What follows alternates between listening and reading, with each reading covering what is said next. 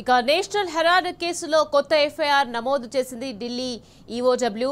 ఈ ఎఫ్ఐఆర్లో ఈడీ సమాచారం మేరకు కాంగ్రెస్ అగ్రనేతలు రాహుల్ గాంధీ, సోనియా గాంధీ పేర్లను చేర్చింది. వీరితో పాటు 6 వ్యక్తులు, 3 కంపెనీలను నిందితులుగా చూపింది. ఈడీ ఆరోపిస్తోంది. నేషనల్ హెరాల్డ్ పేపర్ మాతృ సంస్థ ఏజేఎల్ను మోసపూరితంగా చేజిక్కించుకునేందుకు కుట్ర జరిగిందని పేర్కొంది. గ్రేట్. ఇదే విషయానికి సంబంధించి మరింత సమాచారాన్ని మా ప్రతినిధి లివిల్ అందించేందుకు సిద్ధంగా ఉన్నారు. లివిల్, చెప్పండి, నేషనల్ హెరాల్డ్ కేసులో కొత్త ఎఫ్ఐఆర్ నమోదు చేసింది ఢిల్లీ ఈఓడబ్ల్యూ. దీనికి సంబంధించి మీ దగ్గర ఉన్న పూర్తి డీటెయిల్స్ ఏంటి లివిల్?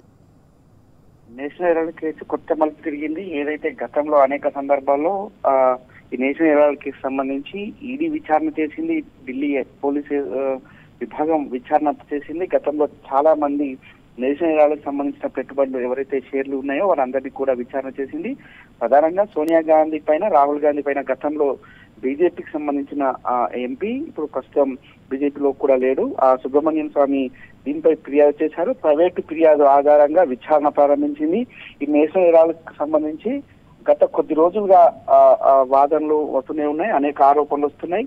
ప్రధానంగా ఇందులో సోనియా గాంధీ ఇన్వాల్వ్మెంట్ ఉంది. సోనియా గాంధీ దీనిలో కీలక పాత్ర పోషించారనేది అభియోగం. ఈ నేపథ్యంలోనే సుబ్రహ్మణ్యం స్వామి ఫిర్యాదు మేరకు 2022లో దీనిపై ఫిర్యాదు స్వీకరించారు. అప్పటి నుంచి దీనిపై వాదనలు కొనసాగుతున్నాయి. ఈ నేపథ్యంలోనే విచారణ తర్వాత మొన్న దీనిపై ఛార్జ్ షీట్ దాఖలు చేశారు. ఛార్జ్ షీట్ లో పలు కీలక అంశాలను కూడా ప్రస్తావించారు. ప్రధానంగా రాహుల్ గాంధీ, ఇటు సోనియా గాంధీతో పాటు శ్యామ్ పిట్రోడా, కాంగ్రెస్ ఓవర్సీస్ ప్రెసిడెంట్ శ్యామ్ పిట్రోడా కూడా ఇందులో ఎఫ్ఐఆర్ లో పేర్లు నమోదు చేశారు.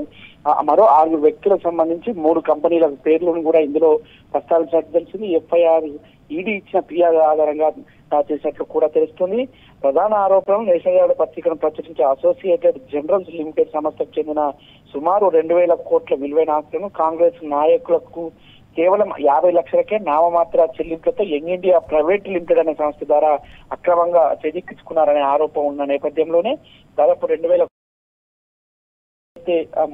ముడుపులన్నీ కూడా షెల్ కంపెనీలకు తరలించారు. షెల్ కంపెనీలను గుర్తించినట్లు కూడా ఈడీ పేర్కొంది. ప్రధానంగా ఏదైతే ఈ షెల్ కంపెనీకి సంబంధించి కోల్కతాకు సంబంధించిన షెల్ కంపెనీలో పెట్టుబడులు పెట్టారనేది అభియోగంగా ఉంది. ఈ నేపథ్యంలోనే వీరందరిపైన కూడా చర్యలు తీసుకోవాలని చెప్పేసి కూడా ఎఫ్ఐఆర్ లో నమోదు చేసి ఛార్జ్ షీట్ దాఖలు చేశారు. ప్రధానంగా ఇలా రాబర్ట్ వాద్రాకు సంబంధించి కూడా షెల్ కంపెనీల ద్వారా అతనికి కూడా ఇందులో ముడుపులు అంటాయంటే కూడా గతంలో ఆరోపణలు ఉన్నాయి. అయితే యంగ్ ఇండియా సంస్థలో సోనియా గాంధీ, రాహుల్ గాంధీలకు మెజారిటీ వాటాలు ఉన్నాయని చెప్పేసి కూడా తేల్చి చెప్పింది. ఈ నేపథ్యంలో వీరిపైన మనీ లాండరింగ్ ఆరోపణలపై దర్యాప్తు కొనసాగుతుంది. గతంలో ఈడీ 666 కోట్ల విలువైన ఆస్తులను కూడా అటాచ్ చేసిన విషయం కూడా తెలిసింది. ఈ నేపథ్యంలోనే వీరిపైన ప్రధాన అభియోగాలున్నాయి.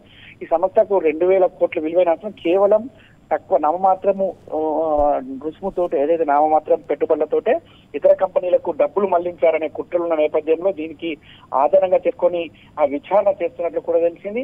ఏదైతే ఢిల్లీకి సంబంధించిన ఆర్థిక నేరాల విభాగం ఇటీవల కొత్త ఎఫ్ఐఆర్ నమోదు చేసింది. నమోదులో సోనియా గాంధీతో పాటు రాహుల్ గాంధీ, శ్యామ్ పిట్రోడాతో పాటు మరో 5 పేర్లు ఇందులో నమోదు చేసినట్టు పూర్తిగా డిసెంబర్ 16కు ఈ నిర్ణయాన్ని కూడా ఢిల్లీ కోర్టు వాయిదా వేసి ఛార్జ్ షీట్ పరిగణలోకి తీసుకునే అవకాశం ఉన్న నేపథ్యంలో ఏ విధంగా మలుపు తిరుగుతుంది. ఇప్పటికే ఈ యంగ్ ఇండియాకు సంబంధించిన సంస్థకు సంబంధించి పెద్ద ఎత్తున అభియోగాలు ఉన్నాయి, ఆరోపణలు ఉన్నాయి. ఇటు నేషనల్ హెరాల్డ్ సంబంధించి దేశవ్యాప్తంగా కూడా పలు రాష్ట్రాలకు సంబంధించిన కాంగ్రెస్ నాయకులు కూడా ఇలా ప్రధానంగా విచారణ చేపట్టారు. వారి విచారణ ఆధారంగా వారు చెప్పిన వివరాల ఆధారంగానే ఈ ఎఫ్ఐఆర్ నమోదైనట్లు కూడా తాజాగా తెలుస్తుంది. మొత్తానికి ఇటు నేషనల్ హెరాల్డ్ కేసు అంతా కూడా ఇటు రాహుల్ గాంధీ, సోనియా గాంధీ మెడకు చుట్టుకునే అవకాశం స్పష్టంగా కనిపిస్తున్నట్లు న్యాయ నిపుణులు చెప్తున్న పరిస్థితి కనిపిస్తుంది.